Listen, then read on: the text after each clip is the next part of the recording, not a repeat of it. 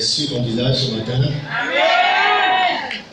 L'enseignement va vous libérer ce matin. Ça va t'amener à prendre vraiment une décision dans ta marche avec ton Dieu. Quelqu'un me dit Amen plus fort. Amen. Question suivante. L'importance de la délivrance dans la vie du chrétien. L'importance de la délivrance dans la vie du chrétien. Vous voyez qu'il y a deux grands courants de vent aujourd'hui dans nos églises.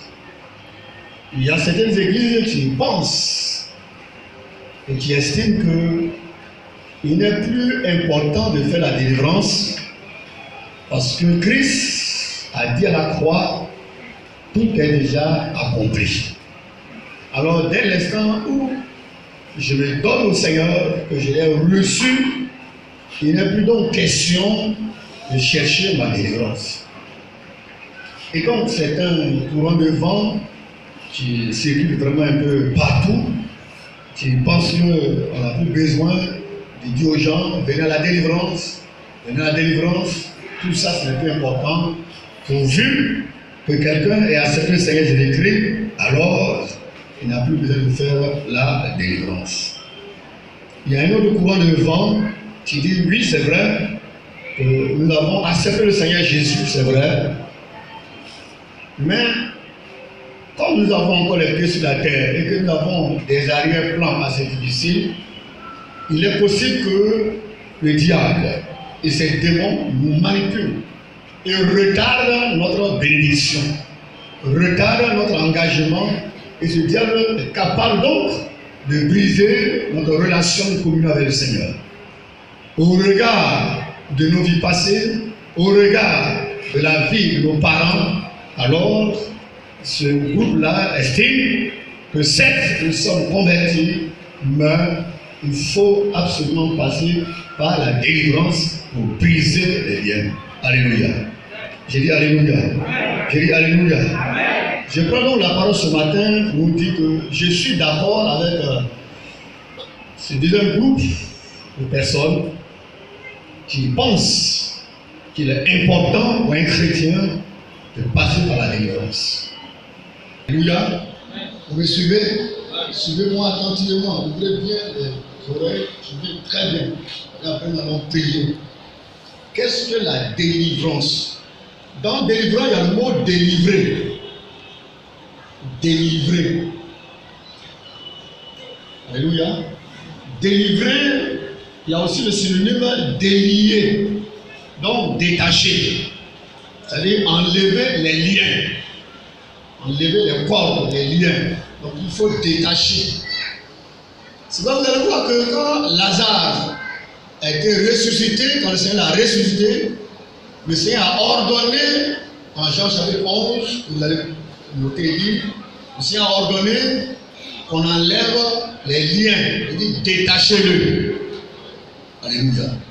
Nous pouvons venir donc au Seigneur, dire que nous avons accepté le Seigneur Jésus-Christ, c'est bien, mais ce qui nous permettra de marcher fidèlement à notre Dieu et de bénéficier pleinement de ses grâces, c'est que nous soyons délivrés. Rappelez-vous, dans le livre de Luc chapitre 13, versets 10 à 16, rappelez-vous, Luc chapitre 13, versets 10 à 16, la Bible nous parle de cette femme-là qui était constante à l'église, qui partait chaque jour prier Dieu. Elle était régulière et cependant elle traînait une bosse, un lien. Et elle venait effectivement à l'église. Et cela a duré 18 ans qu'elle traînait cette situation, qu'elle traînait cette maladie dans le corps, qu'elle traînait cette bosse. Et quand le Seigneur l'a vue, il a été ému de compassion. Et la Bible nous dit qu'il a ordonné et la femme a été redressée. Mais par la suite, quand les pharisiens se sont plaints parce que c'était le jour de sabbat, Jésus-Christ n'a pas manqué de leur dire cette femme qui est aussi la fille d'Abraham, qui pendant 18 ans a été maintenue par le diable. Ne fallait-il pas qu'elle soit délivrée le jour du sabbat? Jésus lui-même parle de la délivrance. Cette femme qui est la fille d'Abraham, c'est-à-dire la foi. Quand on parle de la fille d'Abraham ou des filles d'Abraham, c'est des gens qui ont la foi en Christ. Et vous et moi, nous sommes des fils et des filles d'Abraham, par la foi qu'Abraham a manifesté à l'égard de son Dieu. Et donc le Seigneur dit, pendant 18 ans, elle a été liée au diable. Ne fallait donc pas la délivrer de l'emprise démoniaque. On nous dit que la délivrance est vraiment nécessaire et elle est importante. Dis Amen. Amen. Jusqu'au verset 19, j'ai lu la parole du Seigneur, Luc chapitre 4, à partir du verset 18. Voici donc ce que notre Seigneur nous rapporte dans les Saintes Écritures. Suivez-moi très bien, je vais doucement tu comprennes.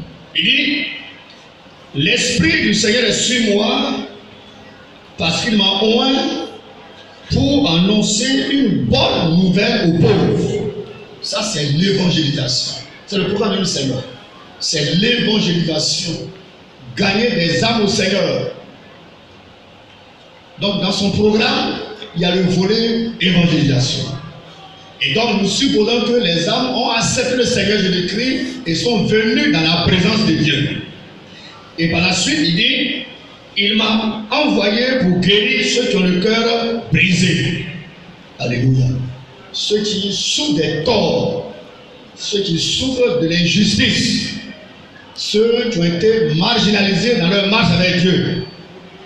Ils ont souffert dans leur jeunesse, dans leur enfance, et ils ont gardé en eux des torts non résolus, non réparés, et le cœur est brisé. Et donc, quand le cœur reste dans cet état de brisement ou brisé, va sans dire que cette personne va croître difficilement.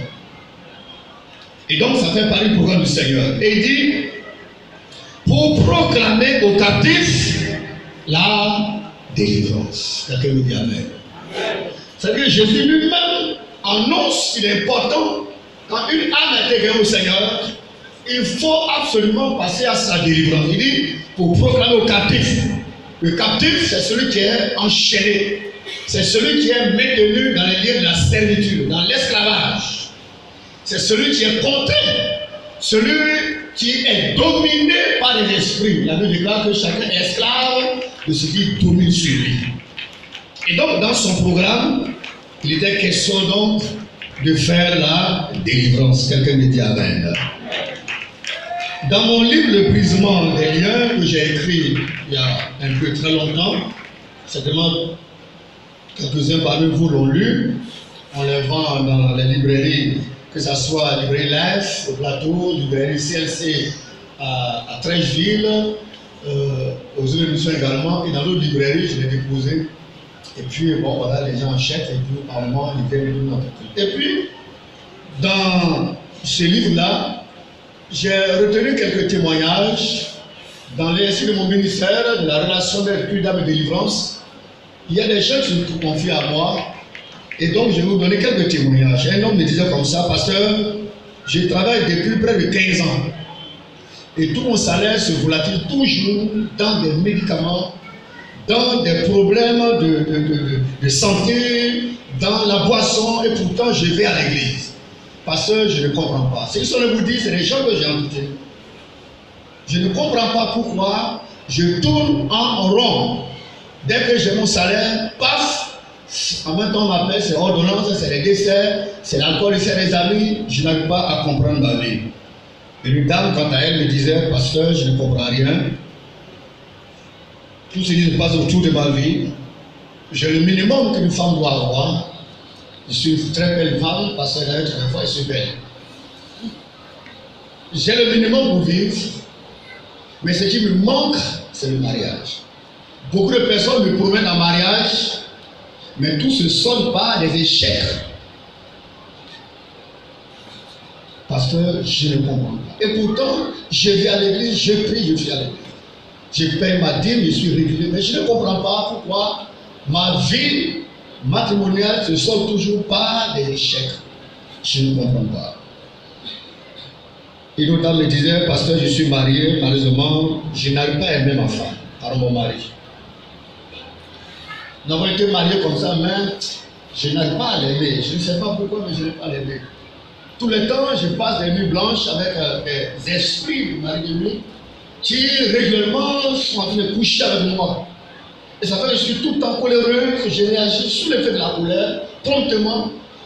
Mon mari essaie de faire tout pour que l'amour reste, que j'arrive à l'aimer, mais je n'arrive pas. Quand je le vois, j'essaie de le repousser un peu comme ça, je ne comprends pas. J'en souffre, je suis venu vous voir. Comment vous pouvez m'aider pour que solution soit trouvée? Quelqu'un me dit Amen. Un jeune homme m'a dit, pasteur, je porte le nom d'un sorcier. Je suis le plus grand sorcier du village. Et à la veille de sa mort, ma mère m'a dit que j'étais encore dans le berceau. Et il est arrivé pour me dire au revoir. Et le lendemain, à 4h du matin, on annonce, c'est ma maman qui fait le compte rendu, c'est l'enfant qui en est parlé comme ça. À 4h du matin, on m'annonce que ce homme est mort. Depuis lors, partout où je vais dans l'église, je fais tout. Mais les gens ont toujours découvert qu'il y a une esprit de la sorcellerie qui me fatigue. Je suis zélé dans le Seigneur, 2, 3 jours, une semaine, je sens le zèle. Mais après, même quand je suis dans un groupe de prière, tout le monde va prier, prier, prier. Maintenant, on se rend compte que le frère en dit qu'il y a une esprit sophique. Moi-même, je l'ai pris, je l'ai envoyé le temps de prier en ce temps. J'ai prié beaucoup pour lui, je l'ai envoyé pour l'aider. Et j'ai découvert que le nom qu'il porte là, c'était un nom déjà que porte le sorcier. Et tout à l'heure, je vais le démontrer sur le tableau. Et donc, il a les caractères et les réactions de cet homme. Tous les liens qui sont dans cet homme se retrouvent en lui. Vous savez, les noms que nous donnons aux enfants, on les impacte. Ça, c'est clair. Tu veux, tu veux pas, le nom que tu lui donnes, elle les impacte. Et une dame universitaire me disait comme ça, pasteur, le nom que je porte s'appelle, c'est la femme de l'hippopotame. Alors que c'est ce qui passait. Sa maman était à la recherche de l'enfant. Elle a tellement tourné, elle a tellement tenté d'avoir l'enfant. Et un jour, elle se rend à la rivière, au bord de la rivière, et elle fait une alliance avec la rivière. Et c'est là qu'un hippopotame sort de l'eau. C'est sa maman qui lui fait le comprendre, parce qu'elle ne comprend pas. Elle ne comprend pas qu'elle manifeste des colères violentes. Elle ne comprend pas qu'elle voulait bien se marier, mais ses caractères font qu'elle ne peut pas. Et c'est un souci pour elle. Elle était à l'université quand elle m'en parlait. Et donc, l'hippopotame sort de l'eau. Et c'était aux environs de 16h, 17h, par là, elle était seule. Et donc, elle tisse une alliance. Il faut dire, ok, tu veux un enfant, il y a longtemps que tu en cherches, je vais t'en donner, mais cet enfant sera ma femme. Pour vous démontrer bien. Chaque fois, elle m'a dit que chaque fois que quelqu'un voulait la prendre comme fiancée, ou bien comme, si vous voulez, camarade, du tout et tout, celui qui s'est amusé à venir la voir pour qu'elle soit sa fiancée ou sa femme, la même nuit, la personne est chicotée normalement et il en sort avec des cicatrices. Il ne lui dit pas. Quand elle dit, bon, alors mon ami, je te vois, il dit, non, ça va, bon, vraiment, tu vois, ça va. Et puis, il se retire. Et elle vit comme ça. C'est comme ça. Des gens qui sortent avec des blessures parce que juste vous voulez peut-être aller avec elle ou alors la prendre comme épouse, mais comme elle est femme d'hippopotame, et c'est un esprit de colère, de jalousie, alors il chicote normalement son ami. Au point que, bon, elle va abandonner. C'est quand ce livre a été vendu à l'université de Cocody, j'étais là juste un jour, la voix, il y a beaucoup de filles, elle revient, et on commence à parler. Nous parlons, je te pose des questions, rentrer par là, sortir, et puis, je lui ai demandé de me relater un peu tout ce qui concerne sa naissance, l'histoire de sa naissance. Et c'est là qu'elle va encore un peu parler. Et puis bon, par la suite, je lui ai dit quel est ton nom. C'était le dernier élément parce que je n'avais pas à comprendre quel est ton nom. Je m'appelle femme d'hippopotame. Et j'en ai souffert pendant vraiment des années. Par la grâce de Dieu, le Seigneur à vraiment travailler pour qu'elle soit libre. Quelqu'un me dit Amen. Qui vont procéder comme ça. Elle va à l'église. Tout ce dont je parle, c'est des gens, quand je vais poser la question de savoir leur relation au Seigneur, leur témoin de conversion, qui vont confesser vraiment qu'ils doivent accepter le Seigneur. Mais qui continuent de traîner toutes ces choses-là. Il fallait donc passer à l'étape supérieure qui est donc la délivrance. Quelqu'un me disait comme ça, cher pasteur, comment pouvez-vous m'aider à comprendre ce qui se passe autour de ma vie? Je parle d'échec en échec sur tous les plans, au niveau scolaire, dans le travail, etc. Et tous mes amis font des progrès, sauf moi, je ne comprends pas. D'où vient vraiment le problème? Tout ça, je vais vous expliquer. Quelqu'un me dit Amen. Quelqu'un me dit Amen. Il y a un qui me dit, pardon, pasteur, le nom que je porte signifie tu resteras comme ça. Il y a des parents qui ont donné le nom comme ça, tu resteras comme ça. Quand il veut bouger, le démon lui dit, tu resteras comme ça. C'est le nom. C'est le nom. Et le nom agit dans la vie de l'enfant et c'est vraiment difficile. Amen, amen. Nous sommes là donc ce matin pour comprendre ensemble en quoi il est important de passer la délivrance. Beaucoup de personnes viennent à l'église, refusent de rencontrer l'homme de Dieu. Et ils sont là comme ça, ils sont chrétiens au milieu. Et ils souffrent. Ils souffrent pour les aider à comprendre leurs problèmes. Amen, amen. On va donner des rendez-vous. Ils ne viendront pas, mais ils sont cependant chrétiens. Et leur vie ne progresse pas. Ce matin, je suis là donc pour nous dire que la délivrance est importante. Quelqu'un me dit Amen. Si tu vas à l'église, si tu as accepté le Seigneur Jésus-Christ et que tu n'as pas le temps pour ta délivrance, tu es en danger. Il faut que je sois clair avec ça. Moi, je vous parle, je continue de faire ma délivrance parce que la délivrance est un processus. Chaque jour que tu entends la parole de Dieu, et les choses que Dieu te dit dans les livres, quand tu écoutes la parole de Dieu, les éléments qui sont dans ta vie. Donc, ce n'est pas une chose acquise totalement pour dire, bon, je n'ai pas besoin, mais tu en as besoin. Tu dors mal, les maris de nuit, les femmes de nuit, tu pars d'échec en échec, tu es toujours triste en bas, tu es malheureux dans ta vie, tu n'es pas épanoui. Mais cependant, tu es chrétien. Ta joie se lit là, comme un louange, adoration, ta vie, mais dès que tu sors, c'est sûr. Ézéchiel chapitre 16, verset 1 à 4. Ézéchiel, le chapitre 16, verset 1 à 4. Ézéchiel, le chapitre 16, verset 1 au verset 4. Vous avez trouvé? Je fais donc la lecture. La parole de l'Éternel me fut adressée en ces mots. Fils de l'homme, fais connaître à Jérusalem ses abominations et tu diras, ainsi parle le Seigneur l'Éternel à Jérusalem. Par ton origine et ta naissance, retenez bien, par ton origine et ta naissance, tu es du pays de Canaan, ton père était un Amoréen et ta mère une Hétienne. À ta naissance, au jour où tu naquis, ton cordon n'a pas été coupé. Tu n'as pas été lavé dans de l'eau pour être purifié et tu n'as pas été frotté avec du sel. Tu n'as pas été enveloppé dans des langes. À ta naissance, au jour où tu naquis, ton cordon n'a pas été coupé. Vous convenez tous avec moi de façon naturelle quand une maman, une femme va l'hôpital pour accoucher. Dès que l'enfant sort, les infirmiers, les sages-femmes se félicitent immédiatement de séparer l'enfant avec sa mère parce qu'il y a un cordon qui l'est. C'est pas vrai? C'est d'une façon naturelle et physique. Mais au plan spirituel, Dieu dit à son peuple, tu es de Canaan. Et puis, ton père est amoréen, ta mère est hétienne. Au jour de ta naissance, tu n'as pas été séparé. Alléluia. Pour nous parler ce matin des origines. Comment les liens s'établissent dans nos vies. Donc, je vais parler ce matin des origines. Le Seigneur était clair. Il dit au jour de ta naissance. Donc, il donne ici les deux origines. Suivez-moi très bien, mes amis.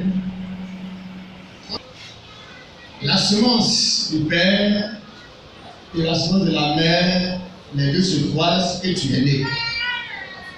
Tu n'as pas le choix. Tu ne peux pas décider de qui tu vas naître. Mais deux personnes se sont rencontrées, on ne sait pas où. Dans un maquis, dans le mensonge, dans quoi, on ne sait pas. Et puis tu es né. Et du coup, les liens des parents s'appliquent. Il dit, ton origine. Amen, amen. Amen, amen. Amen, amen. Ton origine. Il y a donc du côté paternel et le côté c'est clair. Les aïeux, les ancêtres, les grands-parents enfants et le père. Les aïeux, les ancêtres, les grands-parents maternels et la mère. Voici monsieur et madame. Qui se sont rencontrés, c'est pas si c'est une soirée sous l'impulsion du mensonge. Se sont rencontrés. Ouais, donc quand les enfants mentent beaucoup, posent pas la question, vous êtes rencontrés.